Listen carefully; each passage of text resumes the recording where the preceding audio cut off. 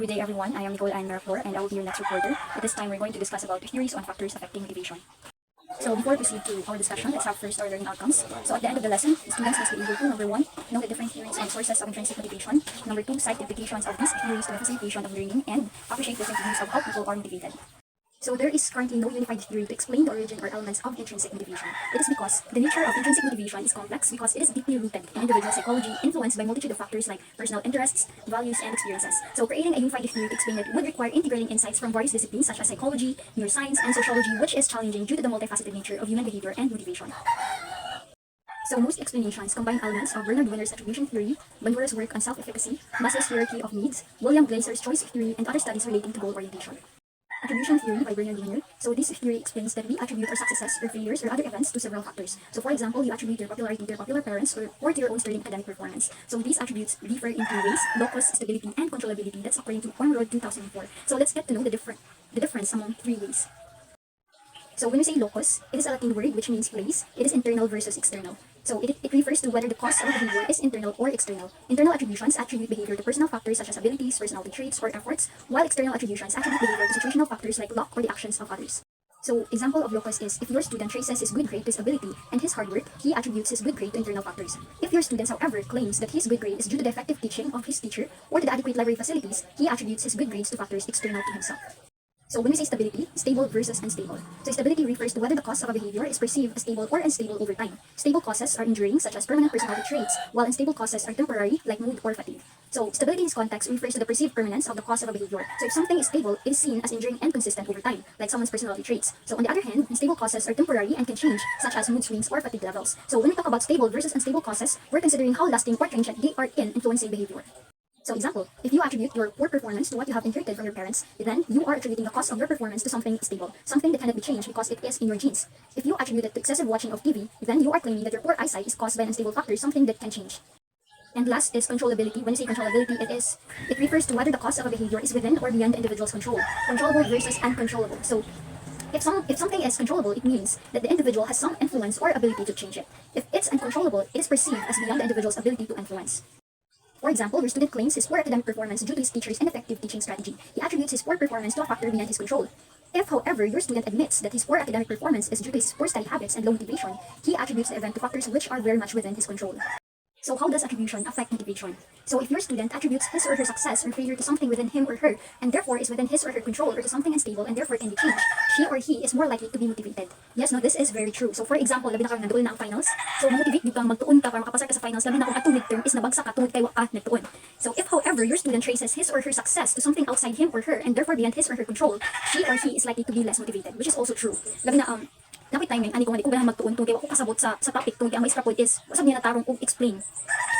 We'll try to look at table number 1, relationships among the dimensions of attributions. So if you can see, there are 4 attributions in there, namely the ability, effort, luck, and task difficulty. So the 4 attributions differ in 3 ways: locus, stability, and controllability. So now let's proceed to Albert Bandura's self-efficacy theory. So a sense of high self-efficacy means high sense of competence. Yes, this is true. It's because you believe in yourself that you have this ability to accomplish tasks and overcome challenges. So self-efficacy is the belief that one has the necessary capabilities to perform a task, fulfill role expectations, or meet a challenging situation successfully. So the secret to enhancing intrinsic motivation is to enhance our students' sense of self-efficacy. So as future educator, no, kung if ever nakita nato nga nagisod ang bata, for example, give nakatagal activity sa ila, tapos nakita nimo nga nagisod ang bata, you should cheer them nga kaya na ginanimo. Okay, Anna. So social cognitive theories identified several self-efficacy enhancing strategies. So let's get to know what are those strategies.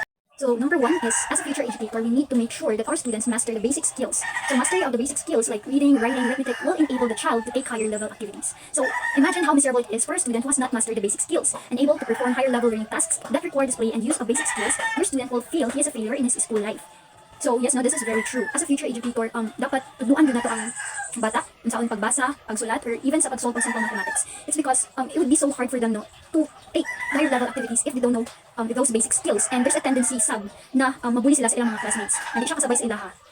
So the move of the ed to focus on most essential learning competencies, or MELC, this COVID crisis supports students' mastery of the basic skills and so enhances students' sense of self-efficacy. So ang kining MELC is intended to guide the selection and implementation of learning delivery strategies that are appropriate to the local context and the diverse needs of learners. So number 2, help them make noticeable progress on difficult tasks. You like to give up climbing a mountain when you feel that you are not making progress at all. Yes, this is very true, especially if nakita niyo nga layo pa kayo nga gamit na nagabalik sa agi. So when you have spent hours and hours in difficult tasks and you seem not to be progressing, you are made to think that your efforts are leading you nowhere and you want to give up. last week nag-item analysis ko, and it took me 7 hours before I finished the task. And sa tuwa sa akong pagbuhat adto no, item analysis is lamin na lang kayo madilit tiwason. It's because pero bitaw sakto kanya akong gibuhat. So that's why it is good that you are how to see progress while you are working on your difficult task. So the knowledge that you are progressing in inspires you to keep on moving. So sometimes no, ang progress is dili nato siya makita, ang progress dito sa atong gibuhat, kung kita lang sa atong kaugalingon. Except na lang kung naay mag-ingon sa tuwa. So it's very inspiring to you will be motivated to keep on moving, to keep on doing the task if someone sees that you are progressing. Third strategy is to communicate confidence in students' abilities through words and actions. Express confidence that your students, with all their abilities, can easily tackle the learning task. Words like, if you were able to do a more difficult task yesterday, what we're asked to do today is much easier than that of yesterday. Needless to say that your body language and your words expressing your belief in their abilities must much. So by simply saying those lines know that if you were able to do a more difficult task yesterday, what we're asked to do today is much easier than that of yesterday, will help them become more motivated.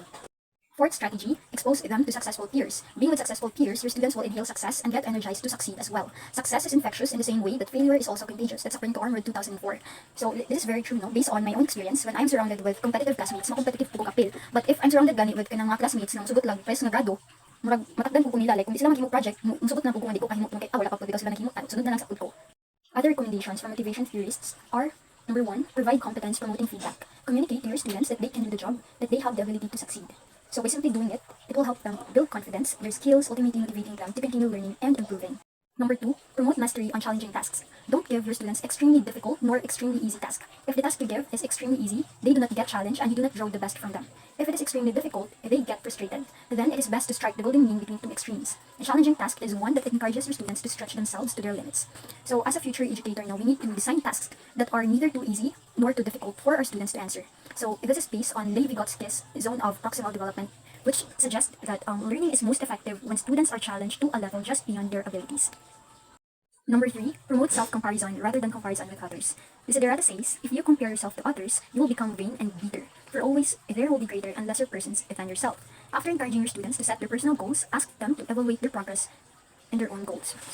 So this is what happened no, kung i-compare nimo ang imong estudyante sa ubang estudyante. They will be insecure. It can negatively impact their self-esteem, motivation, and overall well-being. Number 4, be sure errors occur within an overall context of success. According to Armored 2004, there will always be errors or mistakes as we learn, as we go through life, but it is to be mistakes once we learn from them. But if it is all errors that come one after another without taste of success, chances are your students will feel so down that they are robbed of the courage to proceed. The learning process requires the challenge of new and different experiences, the trying of the unknown, and therefore necessarily must involve the making of mistakes. In order for people to learn, they need the opportunity to explore new situations and ideas without being penalized or punished for mistakes, which are integral to the activity of learning, according to Ortega's 1990. So, as a future educator now, we need to provide a supportive environment where students feel safe to take risks and make mistakes. In that way, we can foster a culture of continuous learning environment. And aside from that, we need to make our students realize that mistakes are an inherent part of the learning process and should be viewed as opportunities for exploration and growth. Try to look at table number 2, the influence of self-efficacy on motivation. So as you can see, we compare ang high self-efficacy learners ug ang low self-efficacy learners. So when it comes to task orientation, ang high self-efficacy learners accept challenging tasks, whereas ang low self-efficacy learners ga-avoid sila sa challenging task. When it comes to effort, ang high self-efficacy learners expend high effort when faced with challenging tasks. But sa low self-efficacy learners, they expend low effort when faced with challenging tasks. When it comes to persistence, high self-efficacy learners persist when goals aren't initially reached. Low self-efficacy learners give up when goals aren't initially reached. When it comes to beliefs, high self-efficacy learners believe that they will succeed, they control their stress and anxiety when goals aren't met, and they believe they're in control of their environment. Whereas ang low self-efficacy learners is they only focus on feelings of incompetence. They experience anxiety and depression when goals aren't met, and they believe that they're not in control of their environment. So that's why it is very important that we, as a future educator, ipa-realize na to sa atong mga learners, sa atong mga students po kung nakaya nila ang mga butang. Now let's proceed to self-determination and self-regulation theories. So students are intrinsically motivated when they have a sense of self-determination, when they believe that they have some choice and control regarding the things they do and the directions their lives take. A student's sense of self-determination is demonstrated in his capacity for self-regulation. Self-regulation refers to a person's ability to master himself. He is the I am the captain of my soul type of person. He is not a victim of circumstances. He is capable of directing himself. So makita nimo no, nga determinado ang isa ka student if he through demonstrating his capacity for self-regulation, kanang itong ability to manage and control their thoughts, emotions, and behavior in order to achieve a goal. So what are the indicators of self-regulation? So they are the abilities to, number 1, impose consequences on oneself for one's successes or failures. That's referred to Armored 2004. Like let's say for example, nakapasar ka sa inyong exam. Nga, ay, treat na ako akong self, kaya nakapasar ko, deserve na ko ni. And on the other hand, kung mabagsak sad ka, ay, di ko pwede nga matulog ka, kung dapat magtuon ko, kaya nabagsak ka, kung dapat mabawi ko sunod exam. And number 2, set standards for oneself. And monitor and evaluate one's own behavior against such standards. Wait, ito kung giset ng standards.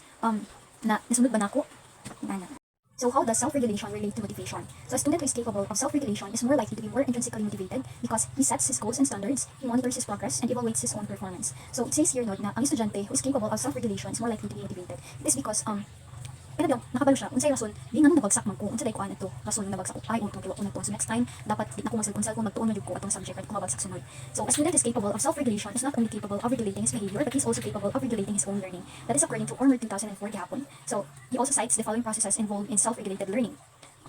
First is goal setting. Self-regulated learners know what they want to accomplish when they read or study. It's because the set man sila og goal. Number 2, planning. Self-regulated learners determine ahead of time how best to use the time they have available for learning. So, self-regulated learners make use of time and don't want to waste any time without doing something. Number 3, attention control. Self-regulated learners try to focus their attention on the subject matter at hand and clear their minds of distracting thoughts and emotions. So, for example, during a study session, especially now that finals is fast approaching, a self-regulated learner turns off her phone, closes the necessary tabs on her laptop, if ever she have, and finds a quiet space to minimize distractions and maintain focus in the material she is reviewing. Number 4, application of learning strategies. Self-regulated learners choose different learning strategies depending on the specific goal they want to accomplish. So, for example, you are preparing for a vocabulary quiz, so you as a self-regulated learner, you utilize different strategies such as creating flashcards with definitions and examples. And you also practice word usage in sentences and use mnemonic techniques to remember difficult terms, which is binabwatsab na ko sometimes. Number 5, self-monitor. Self-regulated learners continually monitor their progress toward their goals and they change their learning strategies or modify their goals if necessary. So once na makita nila na medyo hindi improve sa kung unsa man ilang natunan, medyo nakulangan pa sila, mo-change din na sila o kanang mangitas na learning strategies like what I said kagaina katong sa application of learning strategies. And number 6, self-evaluation. Self-regulated learners determine whether they have learned is sufficient for the goals they have set.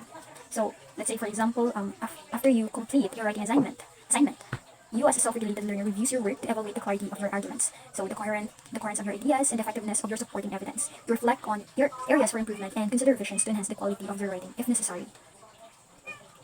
Here are some suggestions for motivation theories to enhance a student's sense of self-determination about school activities and assignments. So number 1, present rules and instructions in an informational manner rather than controlling manner.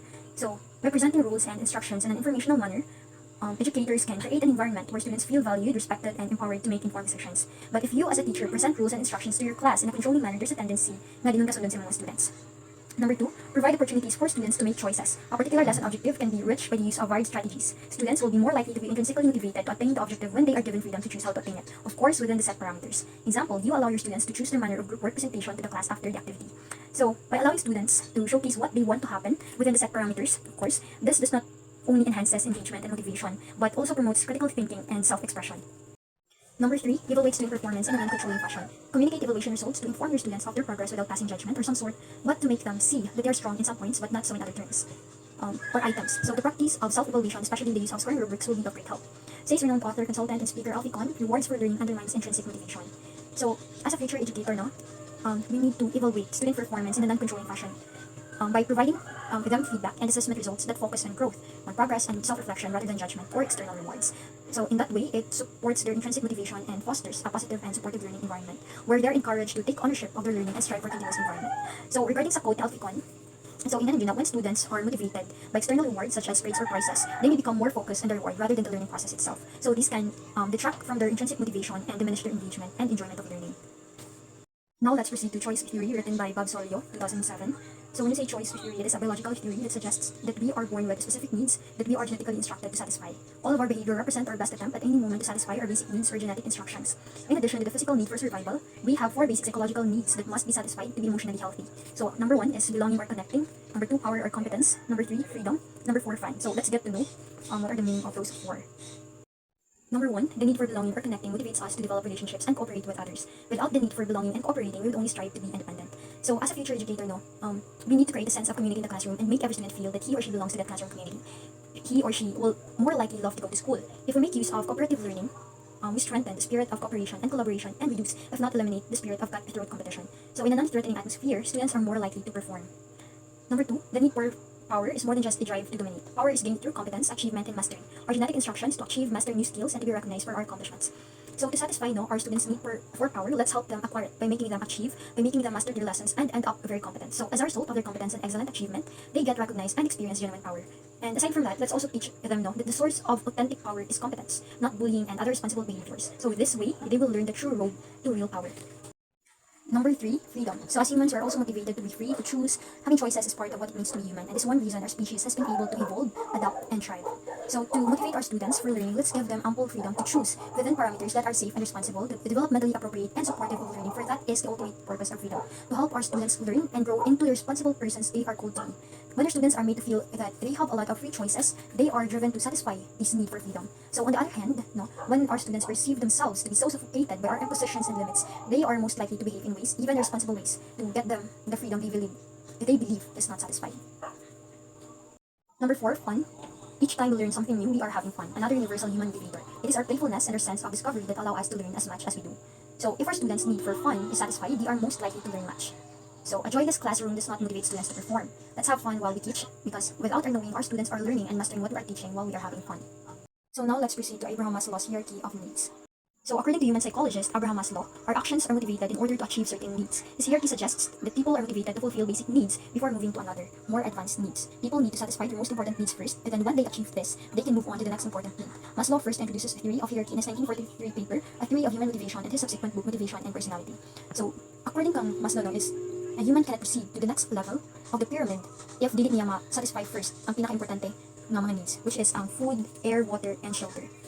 So again, physiological needs are the base of the hierarchy.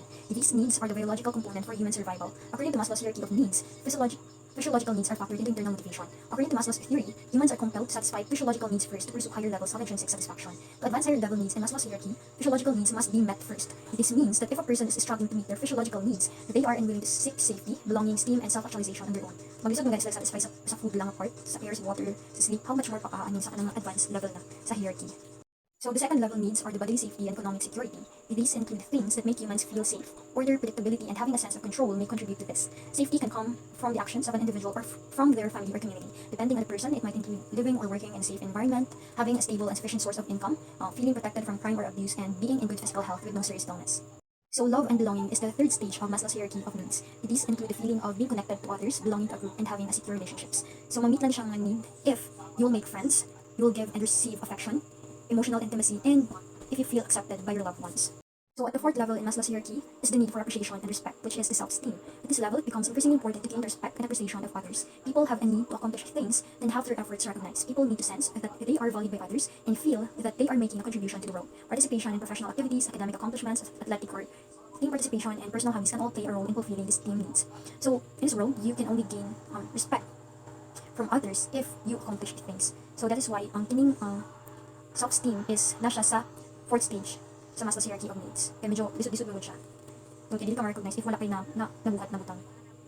So the highest need on Maslow's pyramid is self-actualization, which involves a person knowing themselves, understanding their full potential, and reaching it. This is different from the esteem needs of the previous section. According to Maslow, people who become self-actualized find motivation in growth and possibility rather than trying to gain something that they lack. They see things that they or their community could achieve and they pursue them, whether or not it results in an external reward.